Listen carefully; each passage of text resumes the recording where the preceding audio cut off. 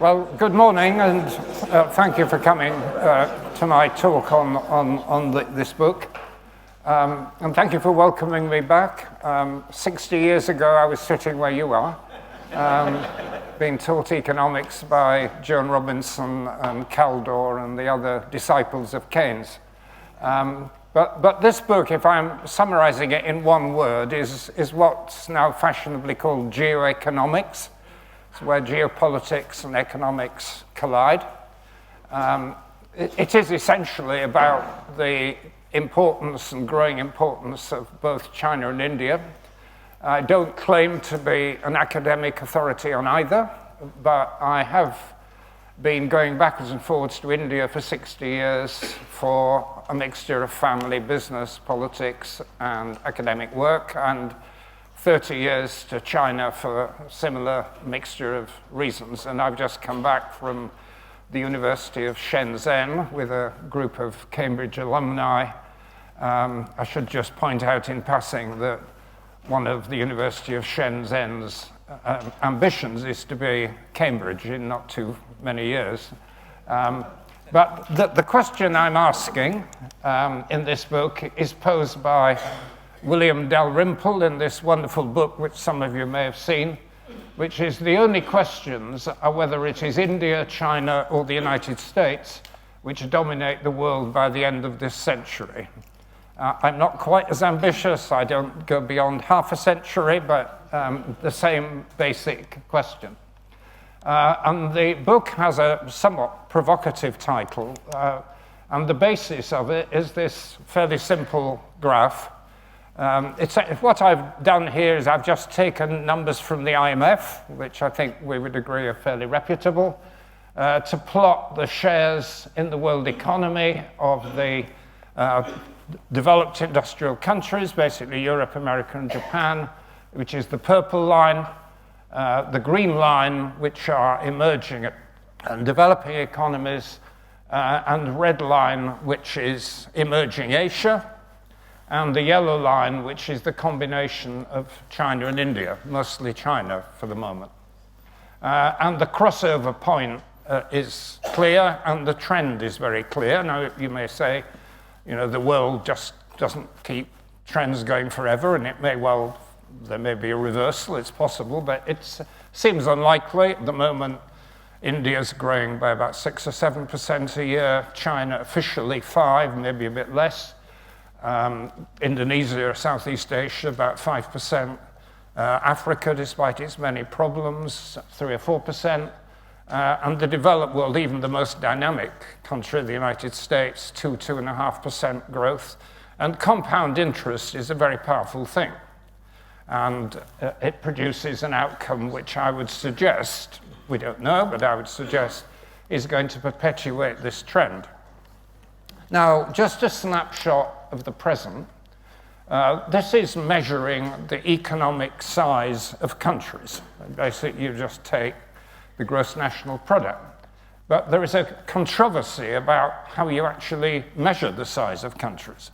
And certainly the IMF, the World Bank, the United Nations, and other international bodies would say that if you just take GNP numbers out of the book, you get very misleading figures, because if you have $100 and you take it to China, India, many other emerging economies, you get an awful lot more for your money than if you spend $100 in the United States. And this is, put very simply, that's the purchasing power problem. And it's essentially a problem created by the fact that the United States, at least until the last year, had a very strong currency. So to eliminate that bias, the IMF and the World Bank look at GNP in terms of the blue column rather than the black column. And you see immediately it challenges one of the common assumptions that everybody makes, which is the common assumption is that the United States is the biggest economy in the world, followed by China, the European Union about the same size, and then the UK is about number 8 or 9 in this list. But if you look at it in a more realistic, authentic way, which is the blue column, you'll see that China is already the biggest economy in the world by some distance. this provokes quite a lot of irritation in the United States if you point this out, but it is a fact. And India is number 4. And the disproportion between developed and developing economies is illustrated in relation to Indonesia, Brazil, and other countries. Anyway, that's today. And part of my book is explaining how we got there, why China and now India are growing so rapidly and becoming economically so dominant. But it's also about the future. Now, I've just taken projections, you say almost meaningless. We don't know what the future holds. Projections have no inherent truth. But I've just taken the standard projection of the OECD, which is the Rich Nations Club in Paris, and it's the standard model that they use for their climate modeling. And it may be right or wrong, we don't know, but this is their anticipation of what the world could well look like in the middle of the century. And it's a story in which China continues to grow, relatively speaking, relative to the United States. Not spectacularly, because China is slowing down. It's running out of people, amongst other things. But still, it becomes clearly the dominant economic power of that time. And it's not too stupid when you think about it. I mean, there are 4 times as many people in China as the United States. So if their living standards are half of the US by that time, it wouldn't be surprising if they had double the size of their economy, which is roughly what's showing here. What is very provocative, and most of the audiences I speak to find it difficult to get their head round, and particularly I would say Chinese audiences, is the idea that India becomes the second major economic power in the world. And Indonesia, number 4. We don't think very much about Indonesia, but Indonesia is a big and rapidly growing emerging economy. Brazil also up there. So that's a sort of futuristic world. As I stress, this is just one projection. You can run all kinds of scenarios, but just ask you to hold in your head the idea that this is the kind of world that we could be heading towards. Now, whether it heads in one direction or another will depend on 2 things, fundamentally. One is how they manage their politics, and the other is how they manage their economics in a technical way. And I've tried, and this, you may think this is sort of ludicrously ambitious, but I've tried to capture the essential elements of Chinese and Indian politics in one chart. And the simple point I'm trying to make here is that although they are fundamentally different, and we often pose them as polar opposites, the party state of China versus an authoritarian party state versus democratic India, actually there's an enormous amount of overlap.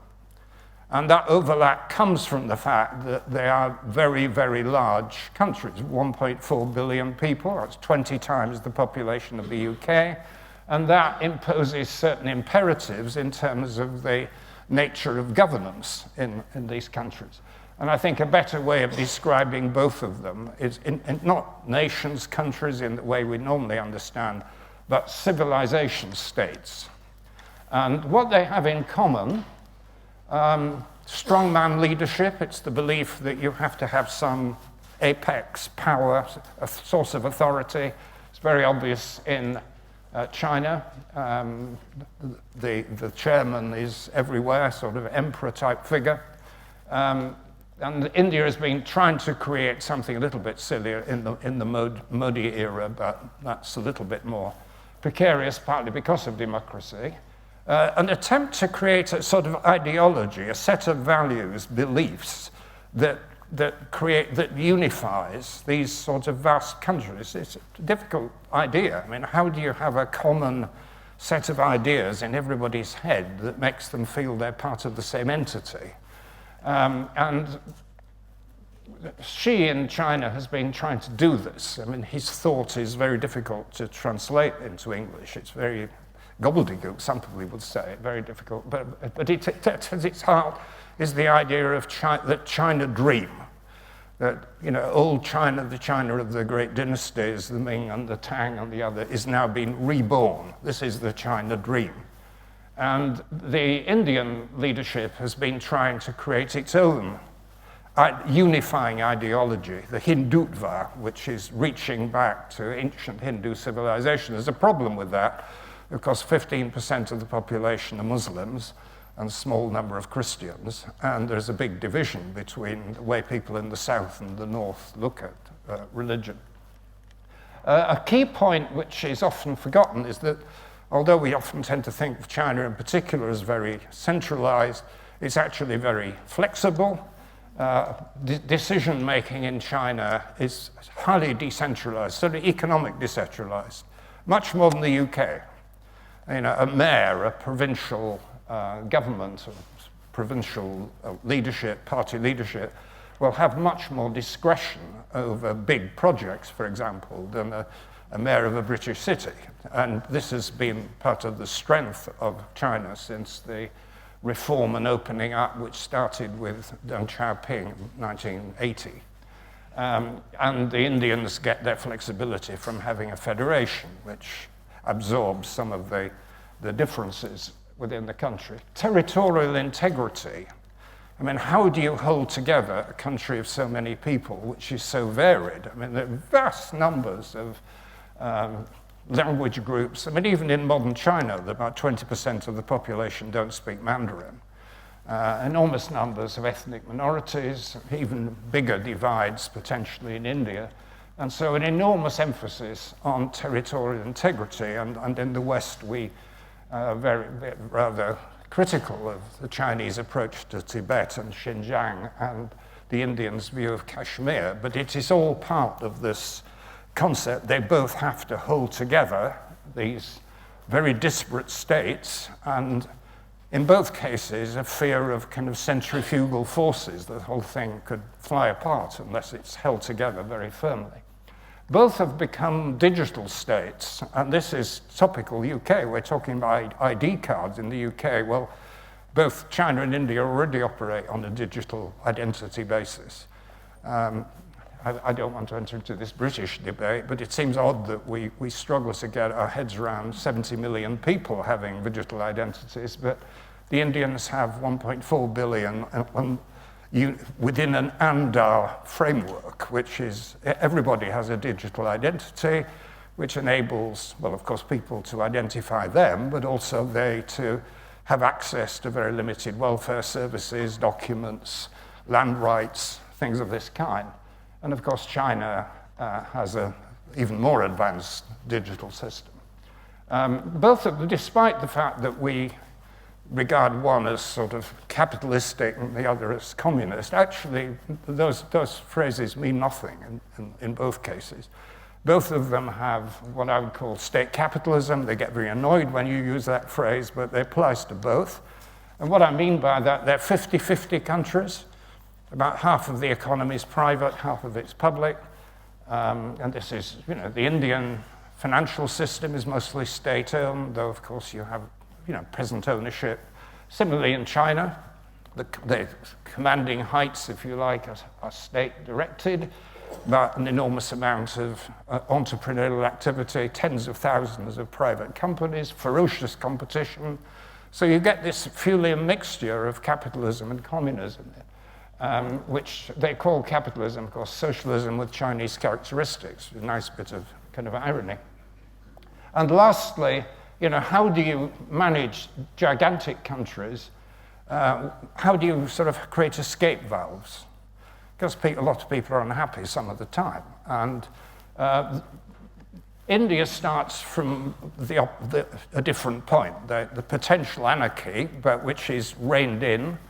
That dissent is increasingly curbed, sadly, in India. And the Chinese have the opposite problem of having a very authoritarian system, and how do you allow people to let off steam? And protest is managed in China. Vast numbers of demonstrations, strikes, these things happen, providing they're not directed directly at the head of government and the party. It's tolerated, even encouraged in many parts of China. So they each have these challenges, and they deal with them in a similar way, I would argue. And one of the themes of my book is essentially about what they have in common, apart from what they have different.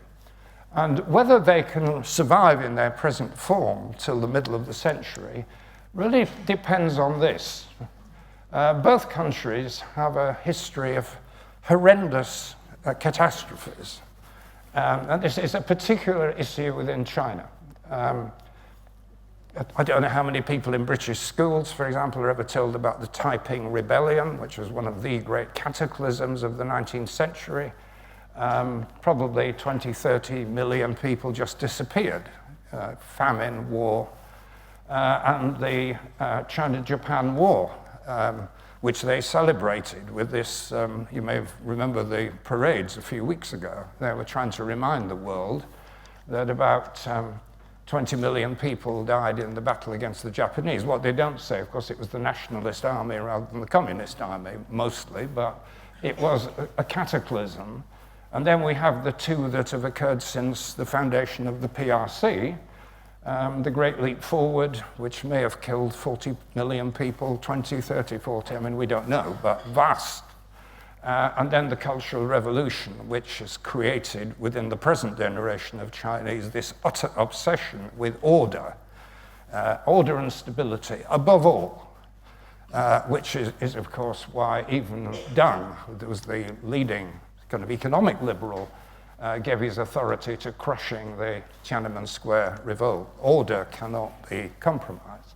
And although Indian history is rather different, and many of their cataclysms occurred under British rule, sadly, they do have this historic memory of partition, more recently Sikh and Muslim, anti-Muslim riots. So lurking at the back of these enormous, rapidly growing, fundamentally stable countries, you have this worry, what happens if order breaks down? And so my projections about the future are based on the assumption that they can keep this kind of thing at bay. But you then have economic challenges. China has two. I was surprised when I gave my talk in China that the authorities were perfectly happy for me to show this, and indeed the earlier slides, most of them. But China's currently going through a very difficult phase. They've had 4 decades, phenomenal 10% economic growth, but it's been slowing in recent years for a combination of reasons. And this is my slightly satirical way of describing it. In many ways, China is the ultimate capitalist economy, ferocious competition, and it's had one of the classic problems of capitalist economies. They had a property bubble that's burst, and property accounts for over 20% of their economy, all these enormous, endless high-rise flats which have popped up in the last 10 years or so, and they have the problem that I'm sure you'd love to have in Cambridge of too many houses. Too many houses, falling house prices, and all the effect that this has had on consumer confidence and what they now call involution, which is too much competition, driving down prices, creating deflation. But there's also what I call a crisis of communism. The state is still very powerful. A lot of capital is misallocated, a lot of roads to nowhere. What I call rule by law, not rule of law. The rule by law is the formula which Xi has created to define Chinese concept of law.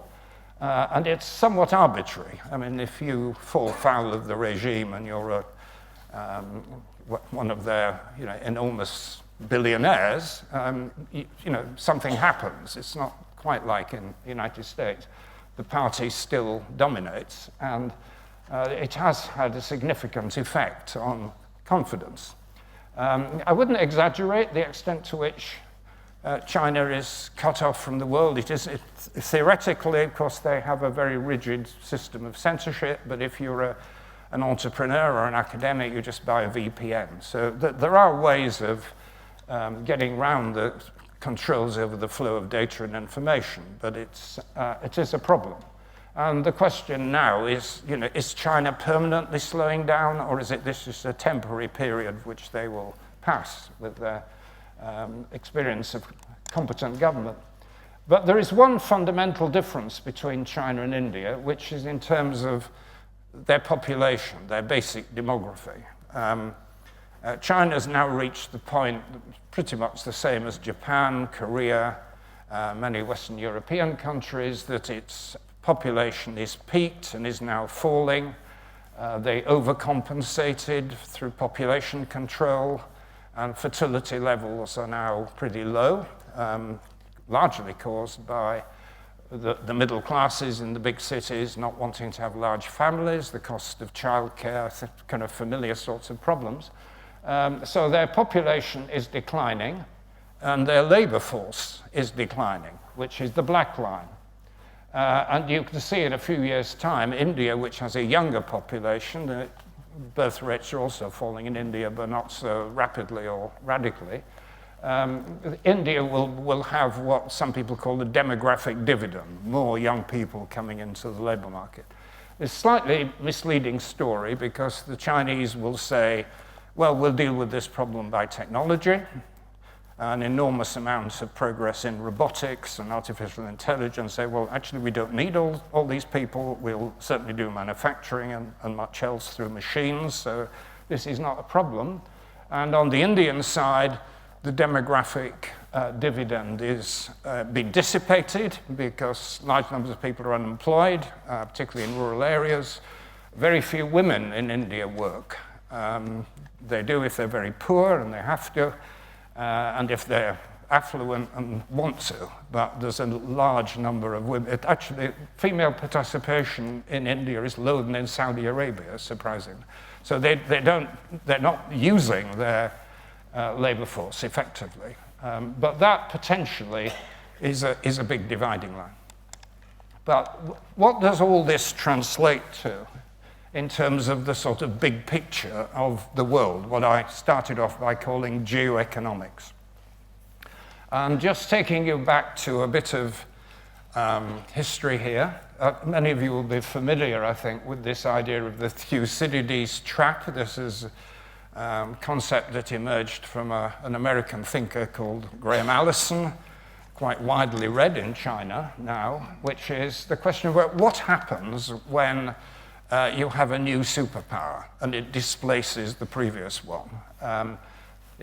You go back to Athens and Sparta, and the somewhat pessimistic conclusion is that this situation invariably leads to war, and Allison cited, I think, 17 cases through history, only a handful of which have avoided war. The British gracefully gave way to the United States, the Portuguese to the Spanish, but there weren't many others.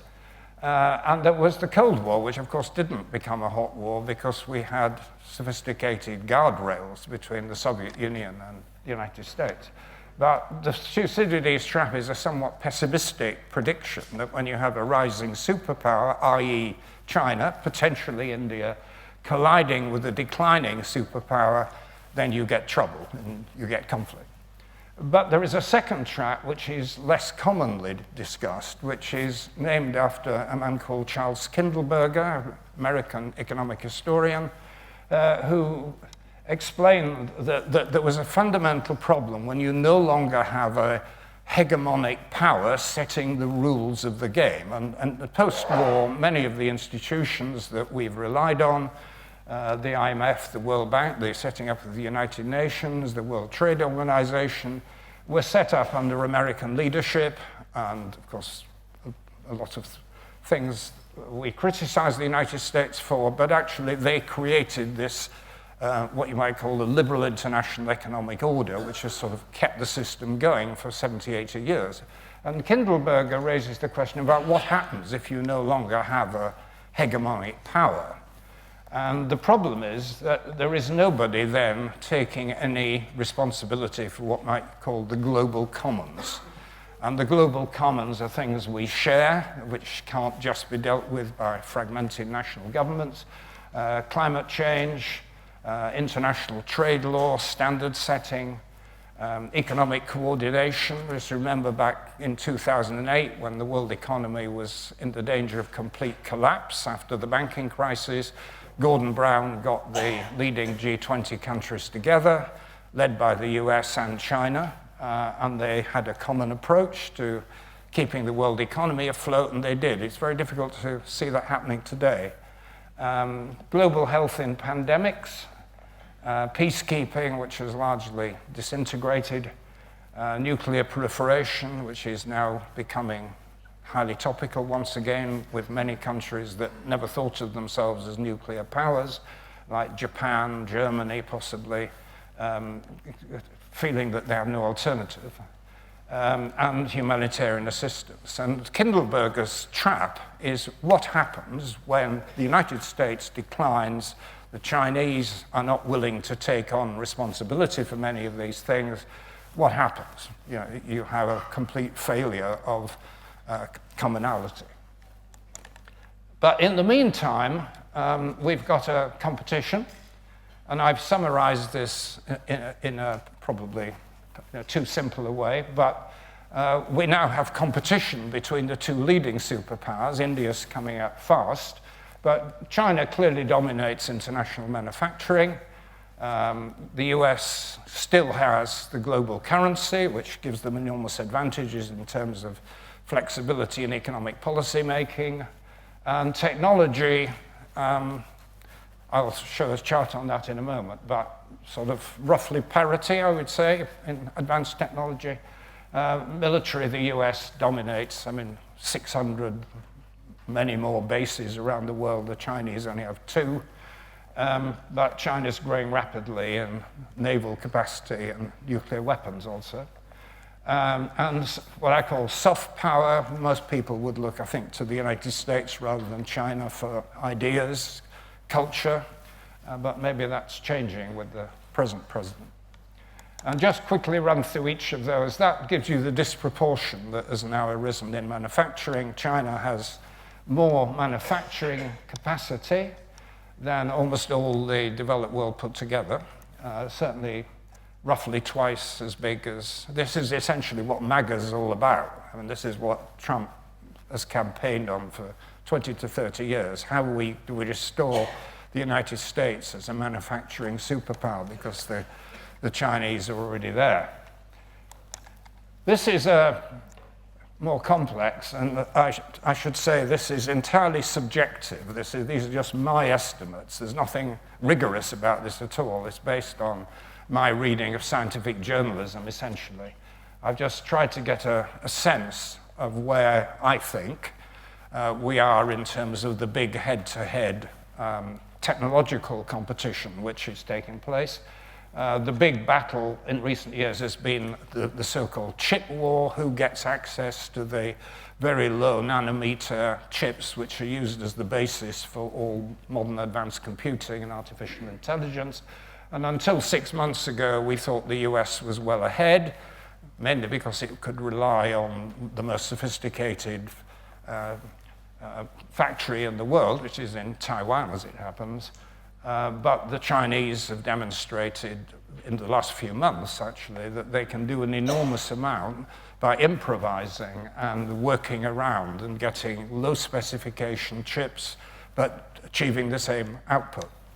And that leads into the artificial intelligence big language models, where there is sort of, again, head-to-head competition. And again, we thought the Americans were ahead, but DeepSeek, and I think there have been 3 or 4 DeepSeek-type experiences in the last few months, suggests that Chinese are probably at most only about 6 months behind in this area. And I haven't mentioned India here, but India is actually now the biggest consumer of artificial intelligence. They're not generating their own big language models, but they recognize it's absolutely imperative, and so artificial intelligence is flooding the Indian government system and the private sector. And I attempt a similar comparison with all the major technological areas. It's very clear that in terms of green technology, wind, solar power, the Chinese are way, way ahead of the basic fabrication and also the supply chains. The Chinese are probably now well ahead in civil nuclear power. Almost all the civil nuclear plants in the world are Chinese that are being built. And also in telecoms, where Huawei, which we, in my view, foolishly showed the door in the UK, has now got advanced 5G, 6G, and they dominate standard setting in telecommunications. And quantum, which I follow quite closely because my son is a quantum physicist in California, and I get a sense that this is the next big area of competition. And they tended to focus on different things and have a different model. The Americans are building up their quantum capacity from the grassroots, lots of different models. The Chinese have one guy that they identified 30 years ago, and they threw an infinite amount of money at him and told him to develop quantum physics as far as he possibly could, and as far as we know, they're up there. So I don't want to talk through that in detail, just mention advanced manufacturing, which is where the Chinese are now well ahead in terms of robotics development. It isn't just the technology, but this kind of ecology where they are able to use vast numbers of subcontractors working in very highly flexible kind of gig-type way, which is how Chinese industry and services currently operate. But the area where the Americans, of course, still have the whip hand in this competition is in currency. And that matters because the US can run large deficits, finance its budget, including its defense budget, and get other people to buy the debt which they issue. And it doesn't matter whether you're talking about reserves or transactions. Dollars are always invariably a counterparty to any international business transaction. But that's changing. I did this, this is a few years ago, but since Trump came to power, this is accelerating. The number of business dealings conducted in dollars is falling now quite precipitately. It's not moving into renminbi, the Chinese currency, because China has exchange controls. But basically, central banks and businesses are now moving out of dollars into gold, the yen, Norwegian kroner, whatever. And the power of the dollar is slipping quite radically. And that, in a way, is probably one of the key elements in geoeconomic competition at the moment. Now, I think the key turning point in policy, I constructed this. Some of the numbers are a bit approximate, but this explains why Trump's tariffs matter. The US used to be a highly protectionist country in the days of the Civil War. You may remember it was fought largely over the South's use of slavery to operate an economy based on exporting primary commodities and importing manufacturers, mainly from the UK at that time. And the North wanted to protect its manufacturing industry. But in the 19th century, tariffs gradually fell as the US manufacturing became competitive, with the exception of President McKinley, who Trump regards as his great hero. And by the First World War, America had largely got rid of tariffs. We then had the interwar period when everybody, including the UK, resorted to tariff protection to fight depression. The Smoot-Hawley tariffs in the United States. But since the Second World War, the trend has been getting rid of trade restrictions, tariffs, non-tariffs, until Trump. And that's where we are today. And it isn't, tariffs, of course, are just a technical instrument. There are lots of different ways of managing trade, including export controls. But there is an underlying philosophy, which I've severed here. And I've quoted George Bush Sr., which is, I think, the kind of liberal orthodoxy of the United States until Trump, really. We don't want an America that's close to the world. But now we reject globalization. And every day that passes, that message is being reinforced. The Chinese have gone in exactly the opposite direction.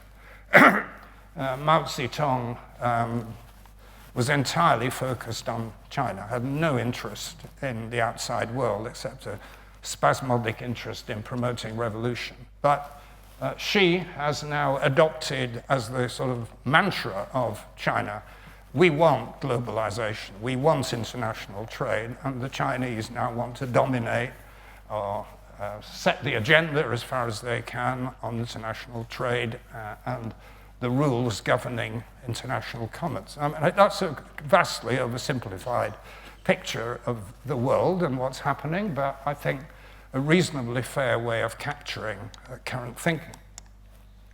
Of course, the size of the country just isn't just about economics. We're all very conscious of climate change, and you'll see China now accounts for about 1/3 of all greenhouse gas emissions. They will point out, of course, that historically it's nothing like that. The British and others burnt lots of stuff in the 19th century, but certainly as of now, China is very much number one, and India is becoming number two. It isn't quite there. Both of them burn a lot of coal, but the paradox here is that these two countries are the main source of greenhouse gas emissions. They're also the main source of the cure, right? I think almost 2/3 of all investment in renewables takes place in China. India now accounts for a large share as well. So they are both the source of the problem and the source of the solution. I don't know whether you followed President Xi's announcement during the week on their climate objectives, which environmentalists have denounced as very inadequate. But the mere fact that the Chinese are setting out their stall as a country that believes in climate change and is taking action on it differentiates them very powerfully from the United States, and the Chinese and the Indians will effectively be setting the agenda at future COP meetings on climate. Just finally, in the last few minutes, I've tried to simplify what all this means in terms of the way the world is actually being governed. And of course, traditionally we've had our post-war global institutions, the G20, which until recently was the concentration of all the major developed and developing countries' decision makers. But in recent years, we've got this fragmentation, or the beginning into the G7, the rich world, and the so-called BRICS, which is a very loosely coordinated group of developing countries which don't have a great deal in common, actually, and some of which are in dispute with each other. But nonetheless, it has become the basis of international decision-making in some key areas. Just two to focus on, actually. One is the so-called Shanghai Group. You may have noticed in the press that Xi met Modi at a meeting a few weeks ago, and it was the Shanghai Group, which is essentially Asian autocracies. It's the country, plus India. And their concern is with fighting terrorism, fighting secessionists, it's not quite a military alliance, nothing like that, but it's a talking shop, but it's a signal of their common interests. On the other side, you have this interesting group called the CJTPP, which is a trans-Pacific group set up originally by Obama to keep the Chinese out, but the Americans then walked away from it, and the Chinese want to be members of it. And Britain is a member. Britain is a nation country, you may not have noticed, but we have joined this Asia-Pacific group. So that's a sort of crude caricature. When I'd done it, I felt I was oversimplifying it, so I had a fresh attempt. And although I don't expect you to follow all the little charts, the point I'm trying to make is that in place of something that you could have called world government, you now have vast numbers of complex networks of countries, often centering on trade. For example, the RCEP, which is all the purple dots, is a kind of European common market in Southeast Asia. Mercosur, which is growing integration in Latin America. COMESA is a very basic, so far not rather underdeveloped integration scheme in Africa. But I think the point I'm trying to make is, in place of kind of global rules and global institutions, we still have a fair degree of cooperation, but it's breaking down into sort of regional and functional groups of different kinds. And lastly, I devote a chapter in the book saying, well, if these are the two superpowers of the future, how do they relate to each other? And I think the one word which summarizes it is frenemies. You know, they have elements of cooperation, but also hostilities. I mean, they have fought wars. Only four years ago, there were serious military clashes, and indeed a few months ago, there were China, not directly, but indirectly supported Pakistan through arms supplies in its recent clash on the border. So there's a disputed border. The Indians, until very recently, were looking at a quasi-military alliance with the West. They're competitive, and there's a lot of democracy, and India believes in democracy. I mean, it may be compromised in some ways, but it is a different value system. But they also have a lot in common, you know, and as we know, they both buy Russian oil, and they refuse to be told not to. They have a common ground in fighting Islamic fundamentalists, whether they're in Kashmir or Xinjiang. They want the world reformed in much the same way. They both have this idea of a global south that they're part of, as opposed to the West. They have a common position on climate. And they both have a similar sort of economic and political model in many ways. So where does all this lead? And I'll finish on this note. I served my apprenticeship in business in Shell's scenario planning team. And we were taught to think about the future in a disciplined way through scenarios which are logical and plausible. They're not predictions, but they're...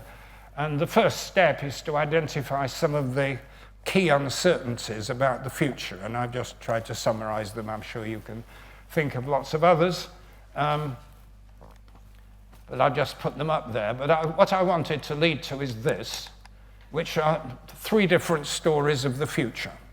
How this emergence of China and India, its competition with the United States, how all of this is going to play out. You know, a lot of it depends what happens in the Ukraine war, what happens in the competition around fundamental technologies. But I sketch out three different stories of the world, and my last chapter is trying to put flesh on these bones. And the first is the idea that I think was pretty plausible before Trump came back, which is that you would get this global West. You know, most of the emerging markets would realize that their interests lie predominantly with Europe and the United States, and that you get what has been caricatured as the axis of evil or whatever, China, Russia, Iran, Venezuela, and so on. But this is now beginning to look very dated. Many of the leading countries that were leaning to the Western world, India most preeminently, Brazil, are so antagonized by Trump's way of running things that they are moving in a different direction. But the global West was, I would say, the most plausible way of looking at the future until very recently. But what's beginning to emerge is this idea of the BRICS, which is separate spheres of influence around big emerging power. And in a way, Trump is sort of validating this view. Basically, look, I'm concerned about the US. I have no interest in what happens in what he rather crudely calls shitholes in Africa or whatever, whereas the countries which are there, developing their own way of doing things, and Brazil becoming a major power in its own right, China in East Asia, India in the subcontinent potentially, and this is what's sometimes called a multipolar world. Plenty of indicators that concept is valid. The problem with it is what I'd earlier described as the Kindleberger trap. I mean, who looks after the world? You may be looking after your region and your sphere of influence, but who looks after the world? And it's actually quite a worrying scenario. And then you have what's now happening with Trump, the collapse of international institutions, what I call a vortex where instability sort of feeds on itself, and you get to some disaster. We don't know what it is. It could be a major economic failure, could be a climate disaster, could be somebody starting to use nuclear weapons, all kind of possibilities that if you don't have order and you don't have secure alliances, disaster happens. And it may be, and I want to finish on an optimistic note, it may be that out of disaster, somebody designs a new multilateralism that is more fitted to the new economic geography of the world.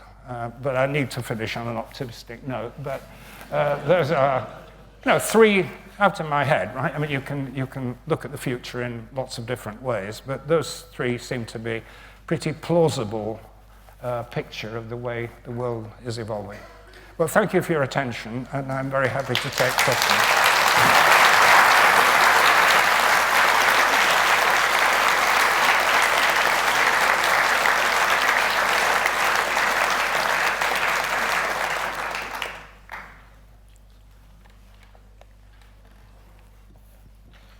Firstly, thanks. Perhaps trying to strike an equally optimistic note. Assuming America continues to have elections, are we overemphasizing the durability of Trump? Are we overemphasizing the durability? Actually, does he, shuffle off in a couple of years' time, maybe even after the midterms becomes less important, and something more traditionally Republican? Well, that's the liberal dream, isn't it? But it's not happening for two reasons. I mean, one is that he's not just a maverick individual. I mean, he's got an immensely powerful, emotionally driven support base. Right? It represents a movement, not just one eccentric man. And the other is, of course, that they're taking over the institutions, the legal profession, big companies allied with the oligarchs in the United States, universities being destroyed or at least undermined, and the Trump, it is a revolution that's taking place. In fact, one of the little jokes the Chinese have when you talk about this stuff is that they sort of smile knowingly and say, well, we understand what's happening in Trump's America. We've been there. The Cultural Revolution, people running around with little red books, putting Dunse's hat on the heads of senior officials and university vice-chancellors. And, we've been there. It is chaotic, but it is genuinely revolutionary, and it is taking over, and it could well spread here. We see all the signs. So, I think the idea that people had, and they still seem to have in the American Democratic Party, that all they need to do is to win a few seats in Congress and this will all be reversed, it just strikes me as incredibly naive. We're dealing with something much deeper.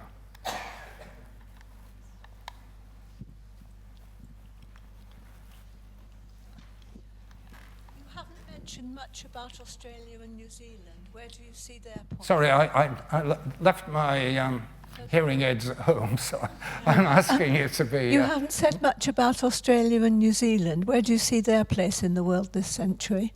Sorry? Australia and New Zealand. Australia. Yes, well, Australia is becoming important in a kind of Asia-Pacific sense. And Australia is quite an interesting country to watch because, of course, they're very much part of the West culturally and traditionally, economically, but the Australians have been very canny in realizing that the Chinese are now the dominant power in Asia. And the Chinese did bully them. I mean, a few years ago, I think the Australian Prime Minister had the cheek to ask what was the cause of the COVID pandemic, and they retaliated by putting sanctions on wine exports and iron ore, and the Chinese behaved very badly. And it was a warning about how badly the Chinese can behave to their neighbors. But the Australians realized that they have to do business with China, and they've repaired their relationship. But at the same time, they have a foothold in this so-called AUKUS agreement, where the British, the Americans, and the Australians work together on kind of submarine development.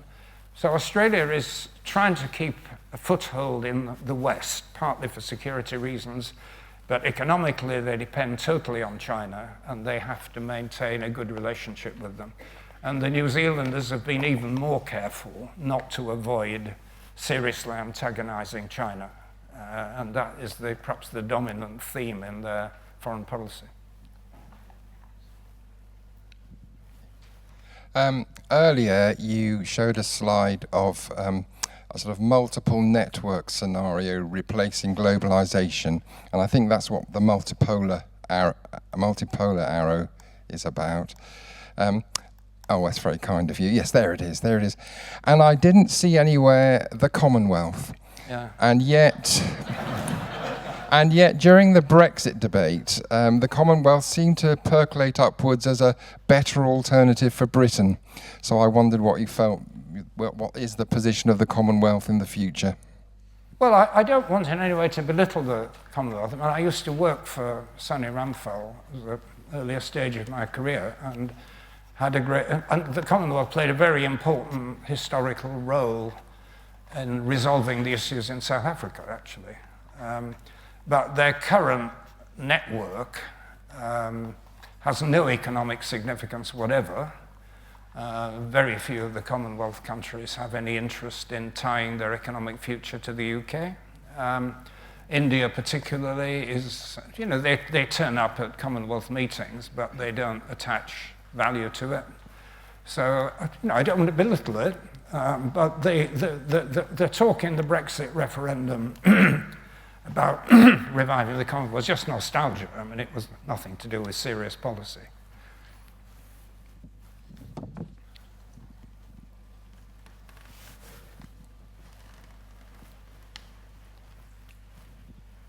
There's a gentleman just to your right. Thanks so much. We just heard that there's a big movement in the US that may be irreversible, or at least going to stay with us for a little while. And we already know the situation with China. What should Britain do? What should be our place to weather out the next 20, 30 years? Well, my view on this is that we should be hedging our bets, doing what the Australians do, basically, and try to maintain good working relations with China and the US. Above all, rebuild relations with the European Union, but there is a world beyond that, and in the world beyond that, you have to have sensible relationships with China. And I do worry about the paranoia, about Chinese students and Chinese businesses, which I'm afraid you encounter in Cambridge as well as other places. I had some experience of this when I was in government. I was, as you know, business secretary for 5 years, and one of my roles was developing good relationship with inward investors in the UK, big inward investors, one of which was Huawei in telecommunications. And Huawei had developed very close relationships with the GCHQ, amongst other places, and they provided the kit, and it was very, very carefully monitored because, there obviously was a security risk. But whenever I asked our security people, I said, are you happy to be working with the Chinese? They said, yes, we can manage this. But then what happened, I left government 2015.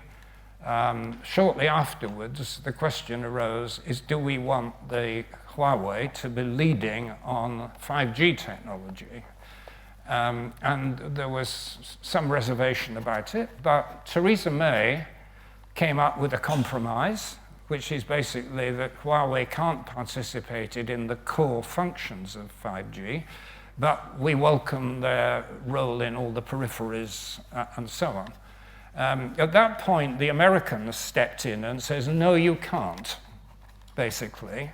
We do not want Britain to be part of this emerging Chinese telecommunications infrastructure. We will not allow you to.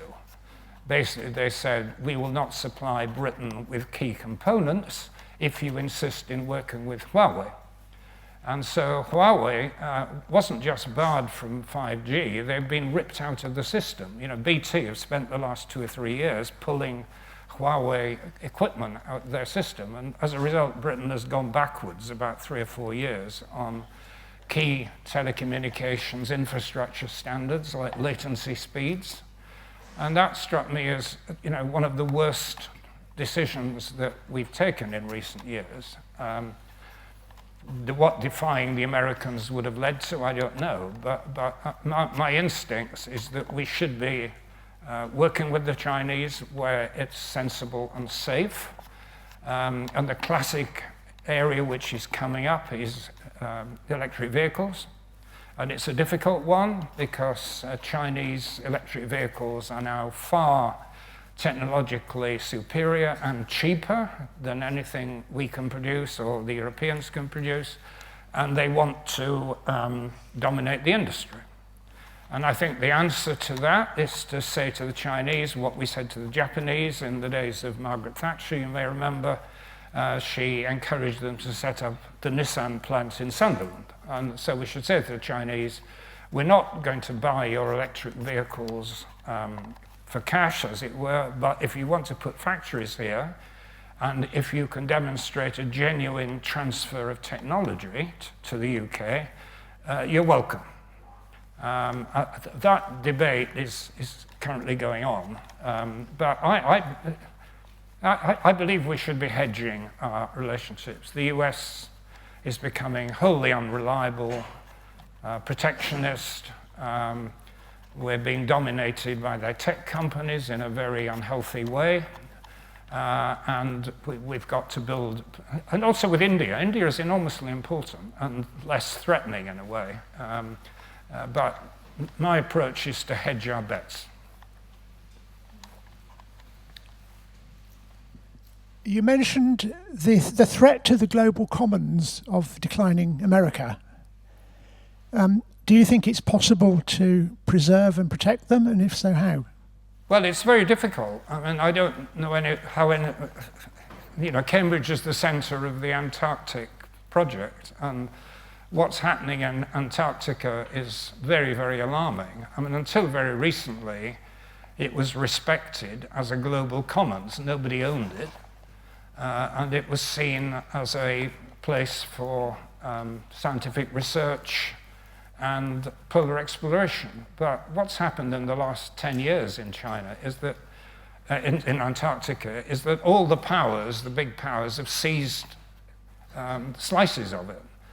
The Russians have established bases, what they call scientific bases, but they're clearly not. The Chinese, the same. And India, I think, as part of Antarctica. Even Saudi Arabia, I think, has gone. And what they're doing is essentially mineral exploration, which is against the rules of Antarctica.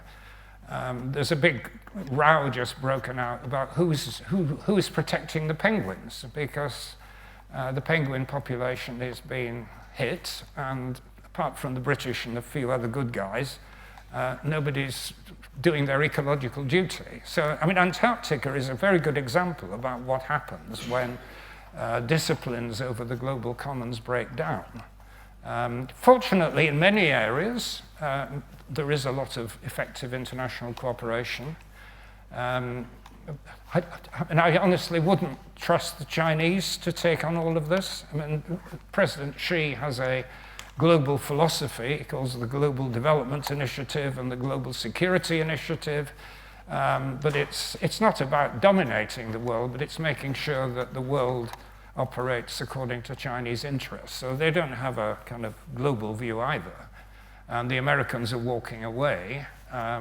I think Europe actually has a major responsibility in this area, and the kind of middle powers who can see a lot of bad things happening and really should be working together to stop it.